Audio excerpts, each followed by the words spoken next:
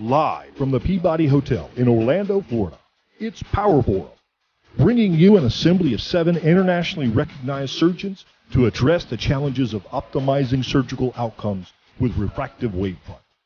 Now, please welcome our moderator, Dr. Larry Paterson.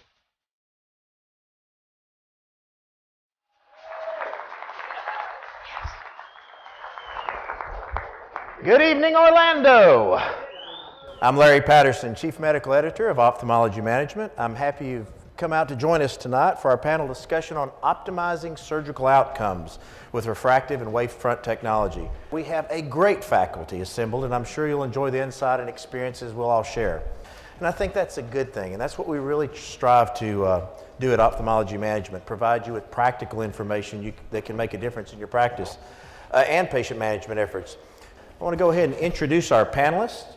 We have, starting to my left, Dr. Carrie Solomon, Dr. Damien Gattinell, Dr. Toby Tyson, Dr. Mitchell Jackson, Dr. Arturo Chayet, and Dr. Paulo Vinciquerra. Okay, so before we get started, I want to just kind of go around. We'll start with Carrie. I think it's fair to say that we all want excellent, perfect, optimal refractive outcomes in our patients. And my question to you before we get into the meat of the program is what do you see are the problems in getting to that point? Carrie? Well, I think a few things. I think limits of technology and the fact that most of us, or many of us, don't have the processes involved in our office to do the work necessary to walk the walk. Refractive cataract surgery is a reality. We've got femtosecond lasers, multifocal lenses, toric lenses, accommodative lenses. LASIK practices, we're at 90, 93, 95% 20/20, or a very high percent, plus or minus half a diopter. But with cataract surgery, lens surgery, our plus or minus half a diopter, for many people around, most practices, you're at 60 to 70%. Your best data set, according to Warren Hill, is 80 to 85%. Cataract surgery is not where corneal refractive surgery is. It behooves us not to pay attention to our data, follow our outcomes, optimize things as much as possible, and we've got some fun new technology to help with that. And I think with time, all of this is going to get better. Okay. Damien, what's it like in France? In France, as I think in any country, we need to get more comprehensive diagnostic capacity, and I think in the frame of cataract and refractive surgery, we need to be able to distinguish what's from the cornea, what is from the internal optics. This is very important because I think the quality of your diagnosis is like controlling for the outcome you will have, and it helps me to make better decisions, to choose the best strategy for the patient's treatment. So again, I think today diagnostic is very important to improve our practice because we have a lot of armamentarium to work with, but still on the diagnostic side, we need to raise our expectations. Okay. Toby? Well, I think one of the things is that cataract surgery today is being held to a much higher standard than it was in the 80s. Our patients expect almost perfect vision, and therefore we have to be having the right equipment to be able to obtain these results. And I think that we're having to make this transition through our practices and being able to get the information that's necessary. Like Carrie said, really you have a limit of how much information you can get, and when you are able to get as much as you possibly can, it's changing how you do the workforce in your practice. This isn't where you used to just get keratometry, a contact, axial length, and you set the patient up for cataract surgery and hope that they could see well. Now we're sitting here looking at not only axial length keratometry, we're looking at wavefront patterns, we're looking to see what type of IOL is going to be best matched for that individual, and this takes up a lot of time and space in a clinic, and we're having to learn a whole new method of taking care of our patients in an efficient but also an excellent standard of care manner. Mitch? It's a great thing what Toby says. Patients have such a high expectations right now, so basically it starts with managing patient expectations. That's the first thing I always try and do because we really aren't there yet to nail the result. So managing patient expectations with refractive cataract surgery is the first start. And then it goes into managing the pre-op evaluation. We need to improve our pre-op evaluations. That's why we're here tonight, to talk about options to do that.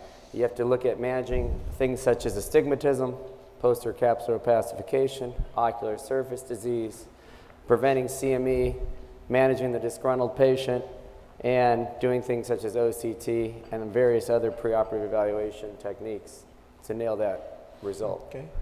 Arturo. Yeah, well, I agree with the previous speakers, but there's something that I see very important.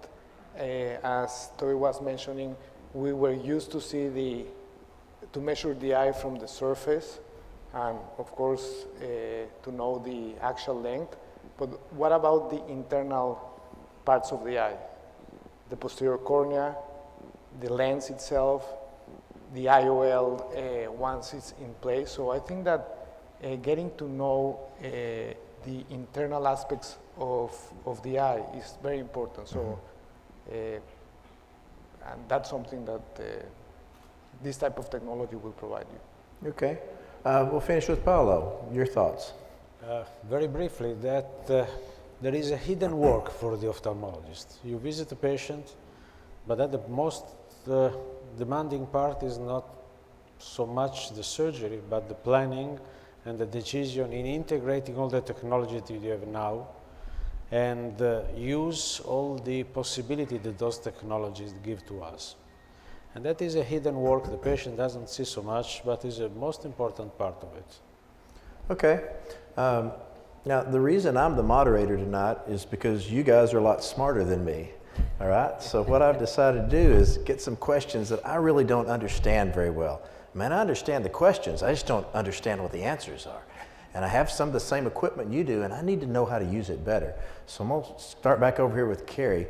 One of the problems we're all having is we're seeing a bunch of people who've had refractive surgery in the past. They've had LASIK, they've had RK, and boy, you know, after a while, I mean, you know, sometimes refractive outcomes can be all over the place. So do you have some sort of quick, simple, and preferably accurate way of calculating IOL power after these cases? In a nutshell, no.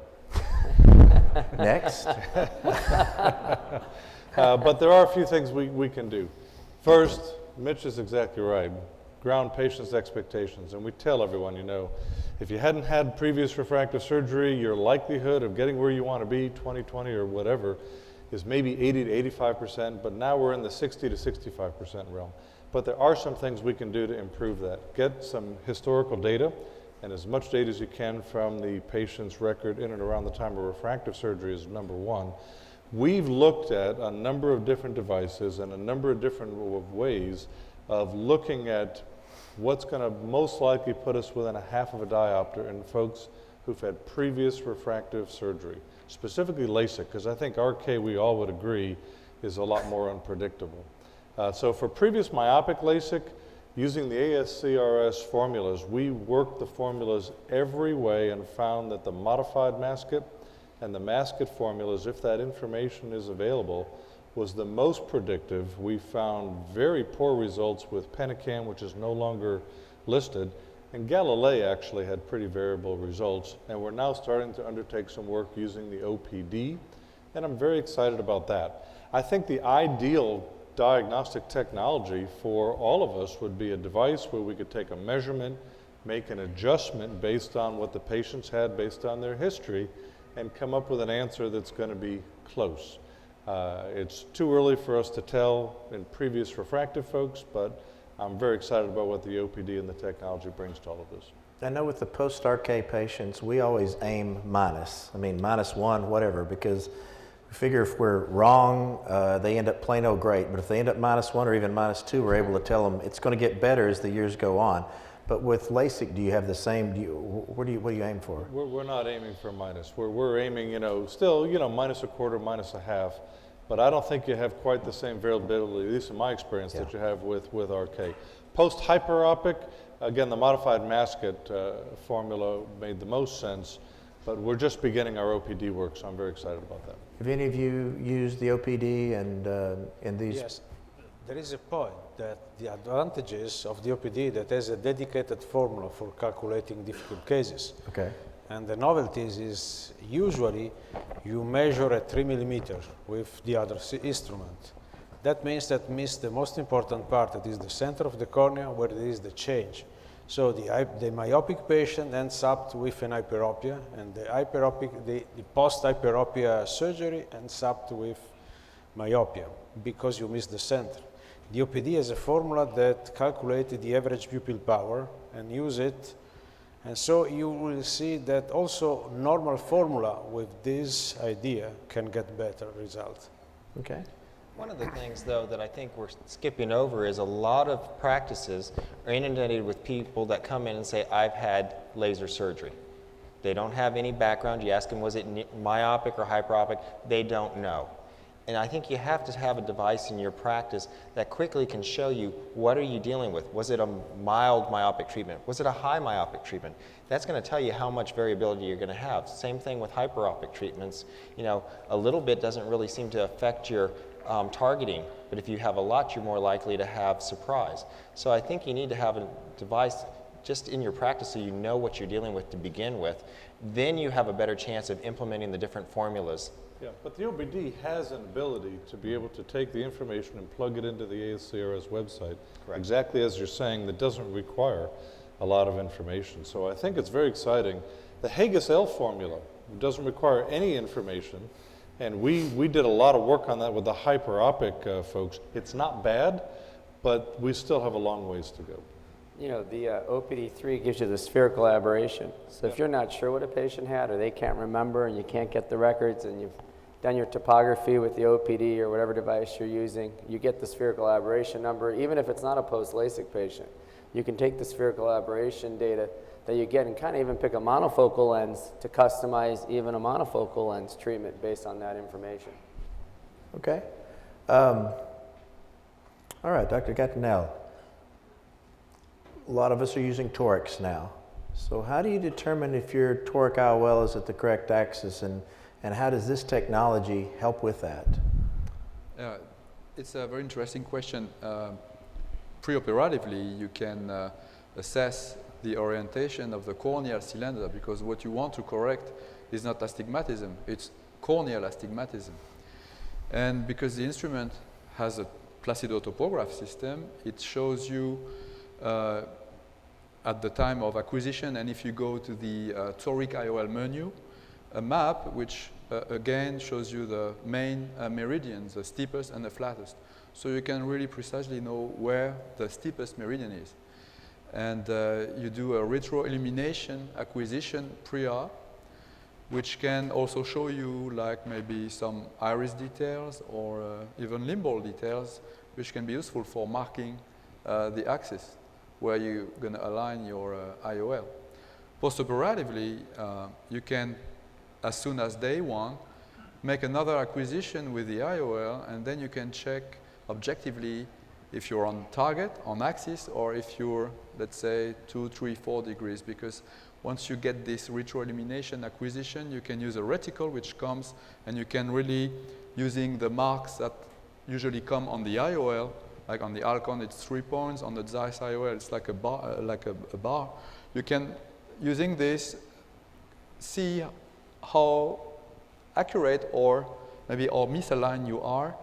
And this is very important because sometimes the IOL are very well aligned at day one, but if you redo an examination a month later, you find like a discrepancy, and you are wondering if you were wrong to start with, or did the IOL shifted or rotated. And in myopes, who usually have larger bags, I've noticed some rotation. So it's good to show to the patient that first you did the proper job to start with, but then that's important. And it's not my fault. Yeah, it's not my fault. It's your fault. But I can fix this because again, I know exactly how many degrees I must I have to rotate the IOL. And so when you know how many degrees you're off, you can really do a better job and realign the IOL by rotating it in the proper direction and check that. Well, Larry, it never fails that your toric patient is the one that doesn't dilate well during surgery. So it's already hard to see where you lined it up. But then, of course, they're the ones that don't dilate well Postoperatively. and you're wondering, was that outcome because I lined it up improperly, or is there something else going on? And the nice thing about the OPD scan that I like is that internal OPD, where it shows me what is the optical power of the lens doing. And so I should be seeing that perpendicular to my corneal astigmatism, and it's great in the post-op period because I don't have to dilate the patient. It can pick it up. I don't have to be able to see these hash marks way out in the periphery. And so it really saves me a lot of time in my clinic, lets me know, am I on target, am I doing the right thing for the patient, without having to spend a lot of time with them dilating in my clinic. It's a great... Toby, that's a great pearl.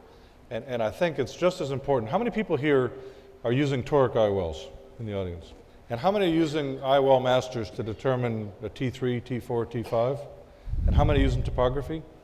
So, you know, if we're going to try to optimize our outcomes, I did a case this morning where the topographer showed 2 diopters of astigmatism, the IOL master was 2 diopters of astigmatism, the OPD was a diopter and a half.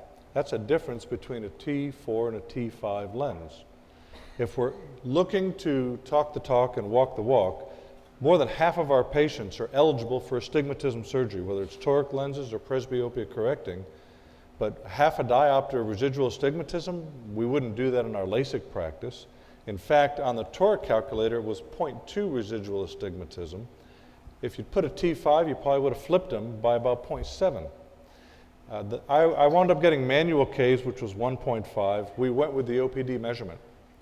And we'll find out where the patient is at. But I think that's very exciting because what I've been very impressed with the OPD is the measurement of the amount, the absolute amount of astigmatism, and determining astigmatism lenses, toric lenses, has been pretty accurate, pretty close to my manual case. Considering the internal cylinder, or you are talking about the overall cylinder, or? That actually was determining corneal cylinder. Yeah, and I think what is important also is that sometimes you can detect keratoconus or pellucid marginal degeneration. So when you are using toric IOLs, it's important to distinguish regular astigmatism from irregular astigmatism, and doing topography systematically helps in this way.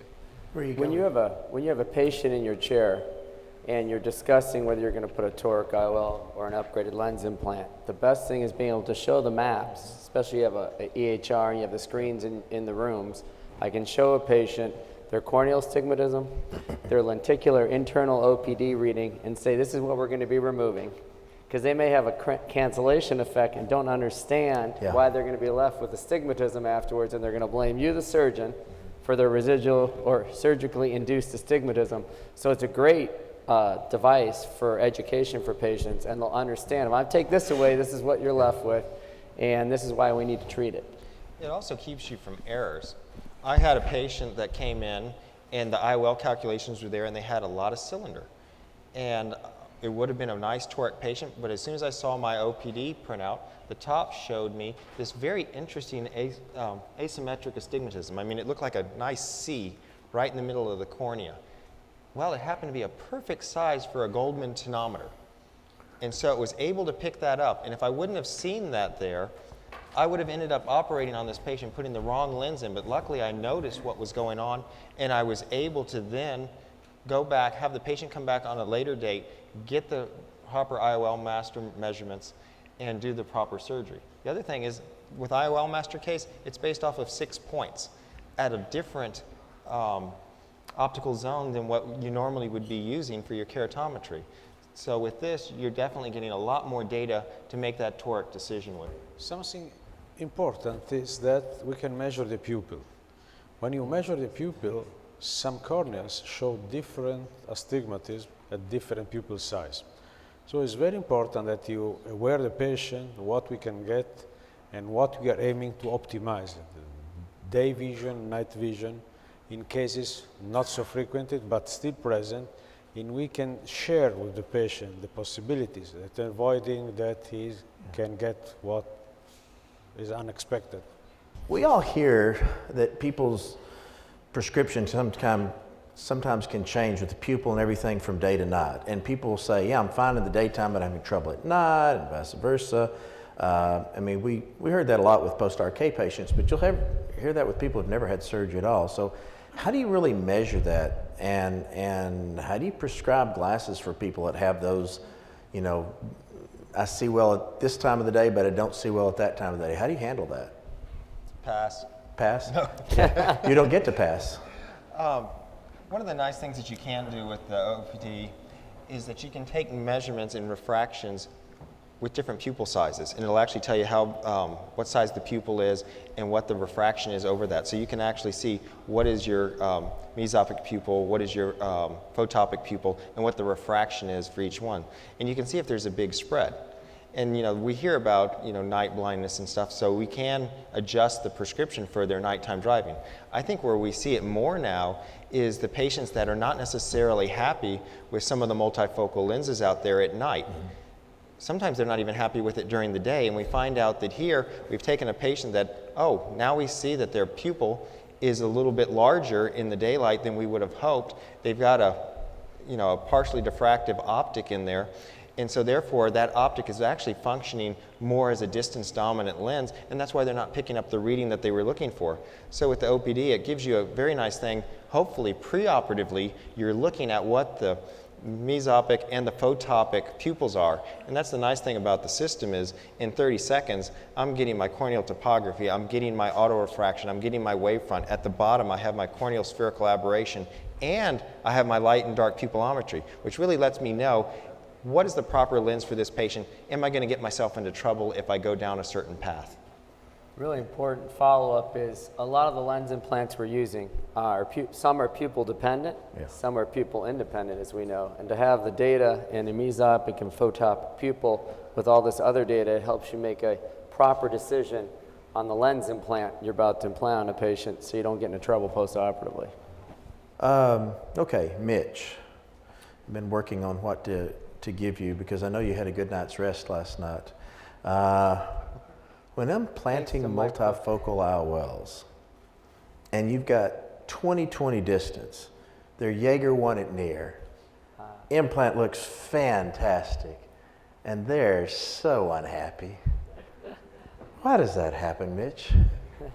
Is that all your patients you're referring to me, Larry? I'm trying to figure out how to fix them once and for all. But thanks to Larry, I am rested today. Yeah. He made sure I got to sleep. No staying out. But that's a common problem.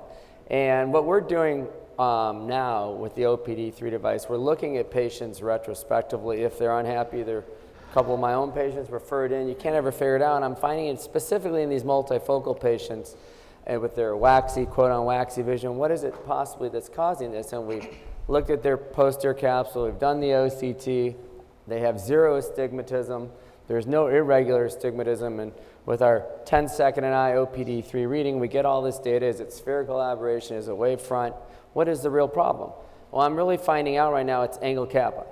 So I really recommend everybody to start looking at angle kappa with patients, because now preoperatively, as I'm learning what we're learning when we look retrospectively, postoperatively, if you measure angle kappa, and we know that's the difference between the optical axis and the visual axis.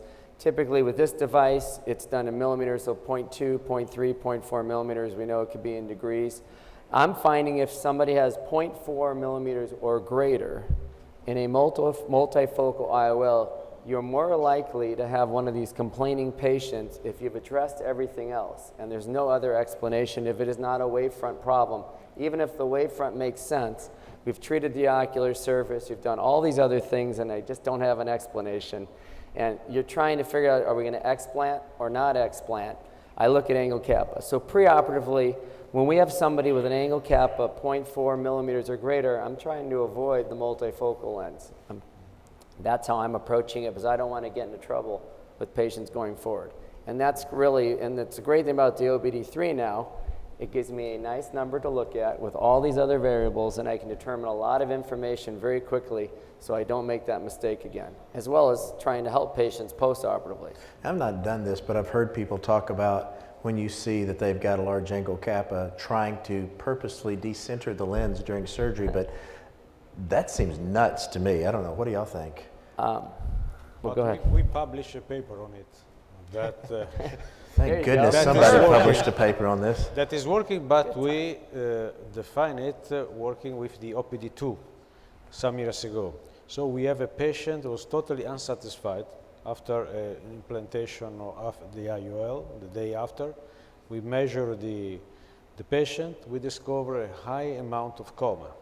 And the coma was in the same direction of the displacement of the angle kappa. We just get in, remove the lens, and the following day he gained 2 lines, totally satisfied. So it's a very easy procedure. Angle kappa, as he point out, is very useful, but you can use it to fix the problem if you know exactly how much to move. And you see I publish in the Chang books, if you see the 2 images, how much change the internal wavefront is impressive. So you can move it and it'll stay there? Yes, because some lenses have the haptics that is rough, so it stays when you leave it. We found the same thing, that a lot of the unhappy patients had a lot more coma than the other patients, so it is something that at least helps us understand why they're not happy. Are they getting, are they getting the same, like when you look at a point spread function, like on an orb scan, is that kind of what they're seeing? Are they seeing that with the multifocal aberration laid on top of it? Pretty much they tell you that they've got this fuzzy area and like a fog, and you're sitting there going, but you have 20/20 vision, you're J1 plus, and you think you've done everything right, but they're adamant that there's something not right there. John? Yeah, and I'll try and answer this as best as I can in the place of my esteemed colleague. But I think this also applies to, even our aspheric toric lenses. In large part, if you're off, more than 0.4, the studies have shown that anywhere between 0.4 and 0.5, or 0.5 to a millimeter, you can change vertical coma. That can happen. And if you pay attention to that, more importantly, if you're aware of it before you walk into the operating room, you can avoid these unhappy patients.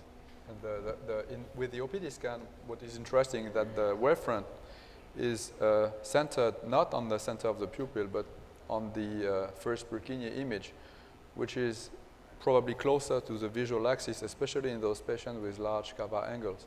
So when you see coma with the instrument, it somehow should be true coma, because again, it's centered on a point which is probably closer to the optical axis than if you would use like a Sharp-Hartmann system, which refers everything to the center of the pupil, which is not the visual axis, especially in those patients. I really highly recommend with this device, start looking at your data on anybody who's unhappy, and you're going to find out that they probably have a fairly large angle kappa. What patient likes so much, when has some perception, some ghost halos, the OPD can simulate his vision. When he see the simulation, he understands that you really pick up what he needs. And the amount of the trust that the patient has is totally different when you have the proof that what he's trying to explain to many other doctors finally has an end in this examination. Okay, so we can use this machine, the OPD, both to help us keep from getting into trouble, and when we've screwed up, we can use it to see what we did wrong. Okay, Keep sending me some patients, Larry. And maybe even fix it. I'll keep sending my patients up to Chicago. All right, okay. Arturo, I've got a question for you. We've got IOLs that come in all sorts of, we've got plus asphericity, minus asphericity, no asphericity, and quasi-asphericity. I'm making that one up, but I think it's a good marketing tool. So how do you determine which of these variably spheric IOLs is going to get your patient closest to zero spherical aberration? And then my second question is, does it really make any difference, practically speaking, day to day in these patients' visions anyway? Oh yeah, definitely it makes a huge difference. Okay. More so in patients who had, for example, previous refractive surgery. For example, the way I learned it the hard way was when I put an aspheric lens. That was my everyday lens to a previous hyperopic LASIK patient. This is years ago. Patient was very unhappy despite she was 20/20 and I nailed it, my calculation. So it was, the obvious answer is that I put the wrong lens in terms of asphericity. So one of the nice things of this can become complicated and not all of us know, can tell exactly, oh, this patient has this amount of spherical aberration or Q values or which lens to put. So with the OPD3 and the IOL station, one very nice thing is that automatically the software can choose for you which will be the best lens and to the spherical aberration that you want to achieve. So we have to pay attention, and not necessarily every lens will be good for all patients, and not all patients are good for one particular lens. Have any of y'all had the experience using it for that purpose? We actually did a study in our office about 1.5 years ago looking at just that, a feasibility study, the capabilities of the machine. And we were talking about this earlier, the idea of lining up an aspheric lens. There is some issues with angle kappa and more importantly angle alpha, making sure that it is in appropriate alignment. Not only is the machine unbelievably accurate at identifying corneal spherical aberration, but total ocular aberration, total spherical aberrations, that's the bigger issue. But as you were saying, going from a Hartmann-Shack instrument, you're going to get some degree of cyclotorsion and rotation. And this machine is doing this in roughly 20 seconds. I mean, you're getting the wealth of information you get as the patient sits down that's going to guide your ability to identify the right lens for the right patient is so critically important. I mean, even, we understand that a toric lens and a presbyopic correcting lens is a premium package, but when you can offer a monofocal aspheric implant as a premium package to a patient, you really bring up the level of care across the board. And that does speak volumes in the community. And doing an aspheric kind of optimized platform says a lot. And it's done very rapidly.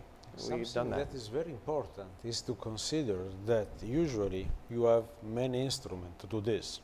So you have a topographer, then you move the patient, you make a barometer, then you move the patient, and you have the pupillometry. Then you move the patient at the amplitude of the accommodation, regardless how comfortable it is to get everything in one shot. Yeah. You have a perfect registration. So you can exactly see what the matching between anterior, internal, posterior in the same location. When you have many instruments, you never know what is which in two different examinations because the head moves and never match. So you never know, for example, what toric IOL is internal matched with the cornea. I don't know because two examinations, two different angles is different. Yeah, the other thing, go ahead, Dave. For the diagnosis of cataract also, we know that the crystalline lens usually balances a little bit the corneal spherical aberration. But sometimes I have a patient, they are 20/20 unhappy patient, they have no ophthalmic history, and you're suspecting a cataract. If you look at the internal wavefront, and especially the spherical aberration term, and if it's markedly negative, like minus 0.3 or 0.4, this is a very good early sign of nuclear sclerosis because the refractive index of the lens increases because it's an early cataract, and it helps you to confirm that the patient has cataract and therefore should benefit from surgery, although it may be 20/20 or 20/25, and this is a good thing, and it helps you then to measure the corneal spherical aberration, not to make a mistake, and to select the proper IOL to match that aberration. The critical thing is not only the speed, the 10 seconds an eye, that you're getting all this data. I mean, the time efficiency for the office is huge, but the accuracy in getting the data, because what you said was really critical. When you go from machine to machine to machine, forget just the time saving. The eye is desiccated completely by the third test. And we know with an ocular surface that's dry, the capture of the data is highly inaccurate. So it's just more accurate data too, besides interpreting it more accurately. You're getting more accurate data by being able to do it all at one time. Well, I think one of the whispers in the room here is, does spherical aberration even really matter? Yeah, it makes things better, but in a monofocal, does it really matter? And I think a lot of people link it that if we can't hit plano perfectly every single time, why do we even worry about a couple microns of spherical aberration? They're related but separate. We know we only have so much accuracy we can get in hitting that plano target. But if we can reduce the spherical aberration, that's giving us surgeons a bigger fudge factor of having happier patients. It's allowing that patient that's a minus a quarter or a minus a half If you can get that spherical aberration reduced, now they're still able to hit the 20/20.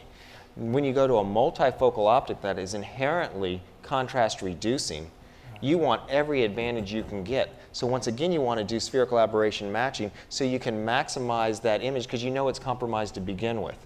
And we're saying this argument about, well, you know, is a little bit of plus or a little bit of minus appropriate? You're trying to get as close to zero as possible. It's not like we're going to have this precision. We only have about 3 or 4 lens choices. So we're talking ballparks. We're trying to get as close to zero as possible. We know we're not going to hit perfect 0 microns left over. And when you get to multifocals, you're really only dealing with 2 choices, and there's a pretty big spread between them. So I think the spherical aberration matching does make sense.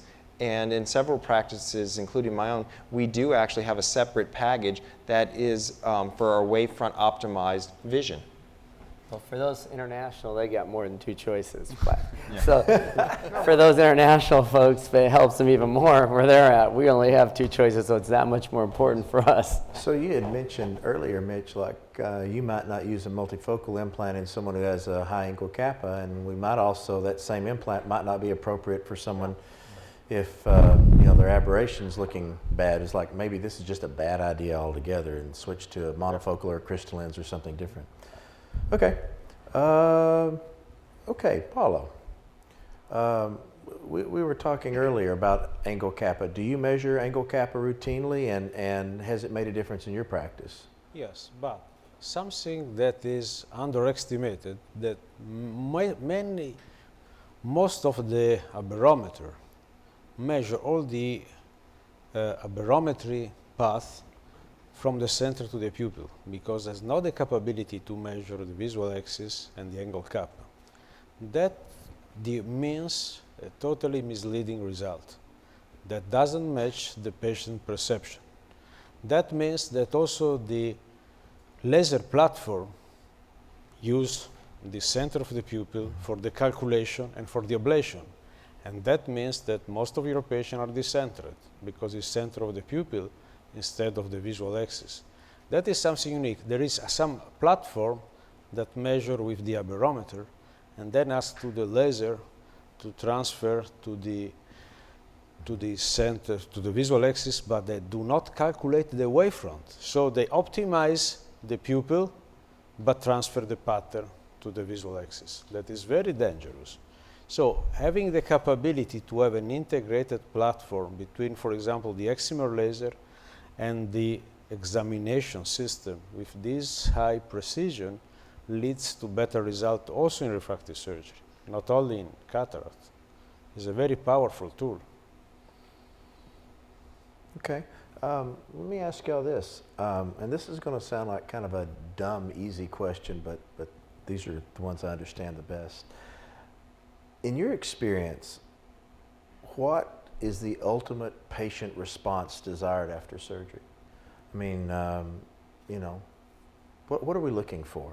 I mean, you hear 20 happy, but what really are you looking for most of the time? At least 100 referrals from one patient. 100 referrals from one patient. You're very optimistic. Then you know you've done it. Yeah. Well, I mean, what are we looking for? I mean, what do you judge as a successful outcome? I think you should aim for emetropia. I think emetropia is a very important component of happiness. And of course, you know, to match the right lens to the visual system of the patient. So we have to take in consideration all the aberrations and for the emetropia and matching the aberrations. What are you looking for? We should be able to do your diagnostic testing and be highly confident with the lens implant I'm going to put in based on my interpretation of the data. And I'm going to end up with emetropia or whatever the result I want with a 20 over happy patient. So if you have the proper data preoperatively to help make the decision, and the OPD3 is definitely a significant jump in technology from what we've had previously. It's giving us a lot of new factors to look at to get us closer to being able to be confident enough to know I can look at this pupil size, I can look at spherical aberration, I can look at angle kappa, I can look at internal OPD versus corneal topography all in 20 seconds, confidently to improve my ability and being able to talk to a patient with the expectation I set for them to get the final outcome. You know, Go ahead. we've always been taught in training that the enemy of good is perfect. Yeah. You know, that's all changed. If you're not aiming for perfection, you're never going to hit it.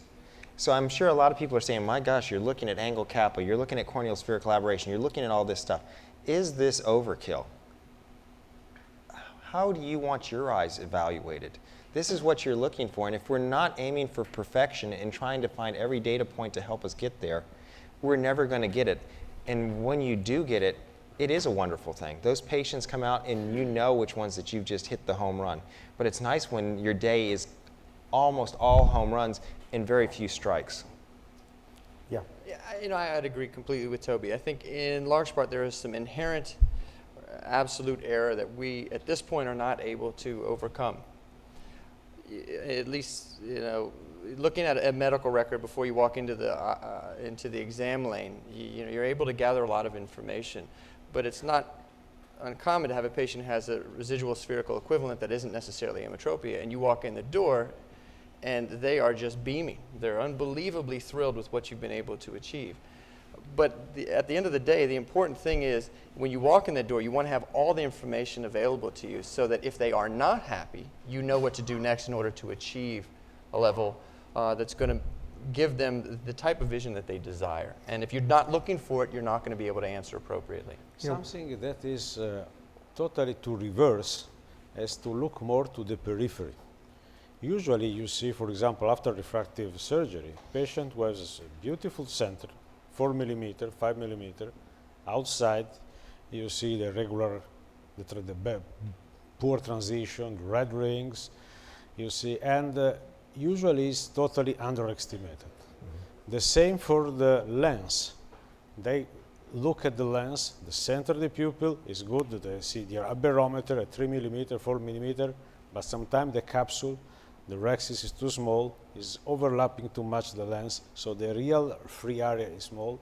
And the OPD, something 3, has enlarged the capability to measure the internal wavefront much larger than 6 millimeter that was before. And the number of rings that can project on the cornea is much more, so we have much more resolution, we can understand much more. And you will see that patient with a perfect periphery of the cornea has a better vision that you can expect in terms of quality, not in terms of line of vision, but in satisfaction. We've talked about like angle kappa and spherical aberration and spherical, but I had a patient the other day, I put a toric in, and she ends up like plus 50 with minus 125 cylinder.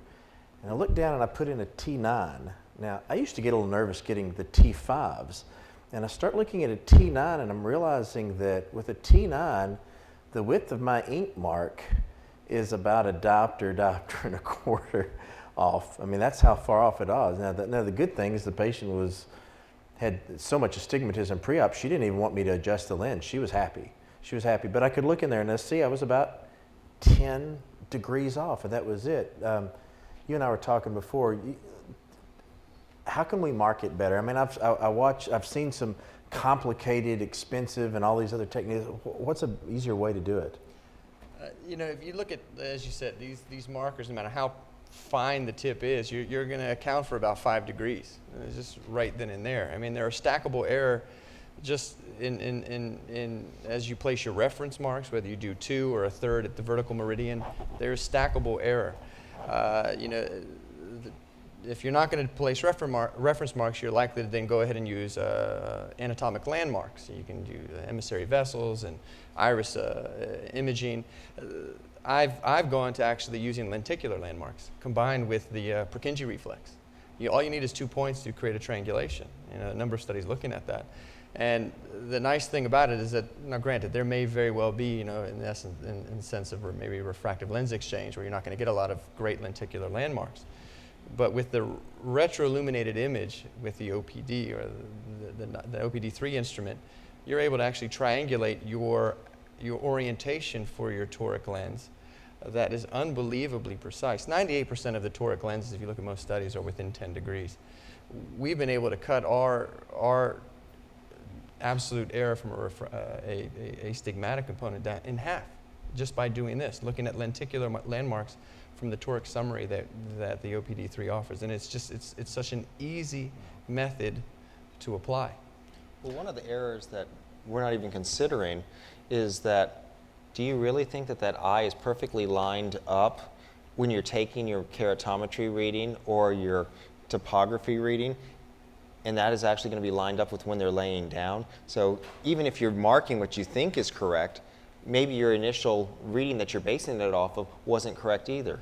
So with the OPD3, with the current iteration, it's taking that image, you see it, and you can go ahead and put up your landmarks on there, whether it's blood vessel, lenticular marks, iris crypts. You can line up and overlay your treatment pattern, go into the OR, and it doesn't matter if that eye's torqued or not. You're looking down there and you know where that is supposed to line up, so you can line up your lens marks with those marks that you've already pre-planned. It also helps you with workflow. The last thing you want to do is be stopping, going out, laying the patient the right way, dotting them, moving around. You want to be able to go from room to room, have your plan already in hand. Well, I feel like I've monopolized with a bunch of questions here. Let me throw it open to the audience. You guys are back there behind me, around me. Do we have any questions from the audience? Yep, one behind you. Okay. For aspheric matching of IOLs, if the patient has had hyperopic LASIK, when you measure them and they have negative spherical aberration, do you ever consider putting in a spherical lens that would induce some spherical aberration to bring them up to zero? Yeah, I think if the patient had hyperopic LASIK, first he has, as you said, probably corneal negative spherical aberration. And secondly, he has some level of multifocality which you want to maybe preserve to get that patient reading. So I would put maybe a neutral spherical aberration lens to preserve that negative asphericity, that negative spherical aberration, or a spherical lens, but certainly not a negatively aspherized IOL, because you don't want the negative spherical aberration to increase too much. So the second part of that question is then, if you measure the on a regular cornea without previous LASIK, you measure it and say it's 0.18, do you put in a more powerful reducing IOL, spherical aberration reducing IOL to bring them negative, or do you leave them a little bit plus, or do you leave them a little bit neutral spherical aberration? It depends. If the patient told you that before the cataract he was able to see at distance and read, it's probably due to the negative spherical aberration at the corneal plane, which helps to get some depth of focus. So if you want to preserve this, you need to let the spherical aberration on the negative side after the surgery, and therefore the best thing maybe to do is to put a neutral zero spherical aberration lens.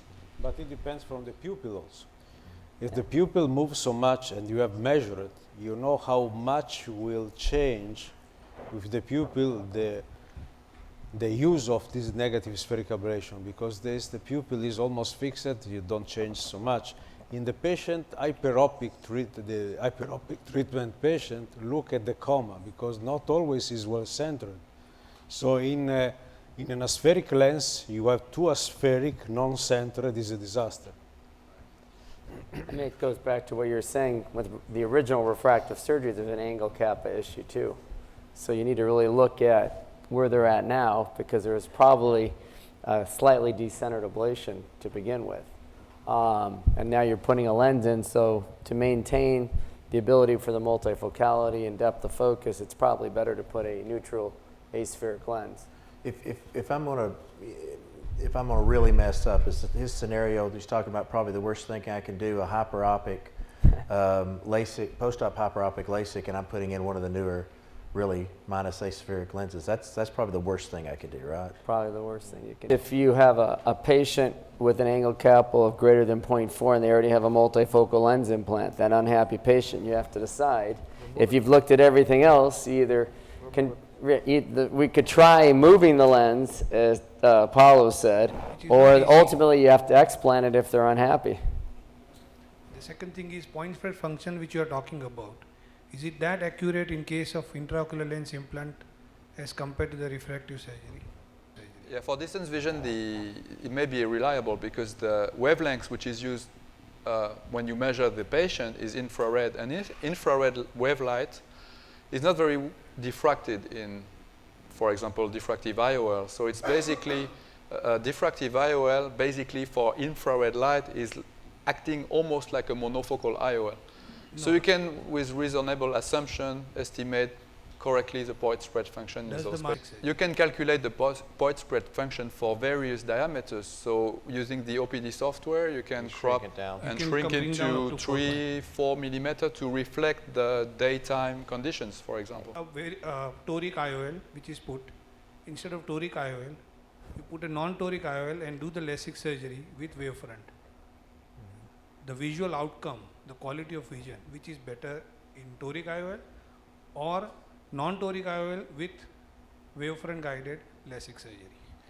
To me, it's much better with toric IOLs. I mean, so for many reasons. Because first, the astigmatism which is induced by the toric IOL is very pure in terms of progression from the steep to the flat meridian. Whereas when you do laser ablation, sometimes you induce higher aberration. You correct too much on an axis or not enough on the other axis, or the oblique axis in between the steep and the flat are not optimally corrected. Whereas with a toric IOL, you induce a correction which is much more regular, and really it's a real cylindrical lens you put in the eye. And the fact that also the toric IOL is close to what's called the nodal point, which is simply like the center of the optics of the eye, makes it also probably better in terms of correction, less distortion, for example. Now I'll tell you the other option to it, because you're sitting here taking an asymmetric cornea, and you're trying to align it with an asymmetric lens. And if they're lined up perfectly, the toric lens probably gives you the better outcome. But if it's not aligned nodal to nodal, then the laser is going to give you the better outcome because it's treating where the problem was to begin with. You know, I think along those same lines, I think it depends on whether it's against the rule or with the rule. If there's a degree of angle kappa along with that, then there's going to be an issue because you're inducing a degree of coma, which, you know, there is an interplay between lower and higher order aberrations. So I agree with what was said here. It depends on the specific type of astigmatism and the magnitude and a number of other functions with each individual eye. I think is critically important to pay attention to that. Yeah, if you have dry eye, for example, you may have issues with dry eye induced by LASIK, and this may worsen the outcome compared to having put a toric IOL to start with. So you know, I'm amazed at how many patients get sent to me for cataract surgery, and they've got staining on their cornea. I mean, it's a high percentage. Not like 50 or 60%, but it's a lot of people, 20, 30%. And I try to talk to the referring doctors, please get their dry eye under control, or I don't mind, but I'm treating their dry eye now.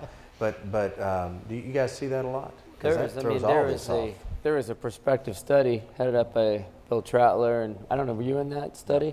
It was called the FACO study. It showed that ahead of time before cataract surgery on asymptomatic cataract patients, not saying they're dry, just asymptomatic patients, they had at least 50% had central corneal staining. A high percent of them had abnormal tear breakup time, and 22 to 23% had abnormal Schirmers. So these are asymptomatic cataract patients who actually had a ocular surface condition coming in, and here we are trying to capture data. And if the ocular surface is bad, you're going to get wrong data, which will give you an abnormal keratometry reading or axial length reading. You're going to be off by a diopter and a half in your IOL just by having a poor ocular surface. Never mind if you do get lucky and hit it right, they're still going to have a poor outcome because they're going to have vision variability post-operatively. So that was a big study, a prospective study that showed asymptomatic patients really have corneal problems pre-op. Other questions?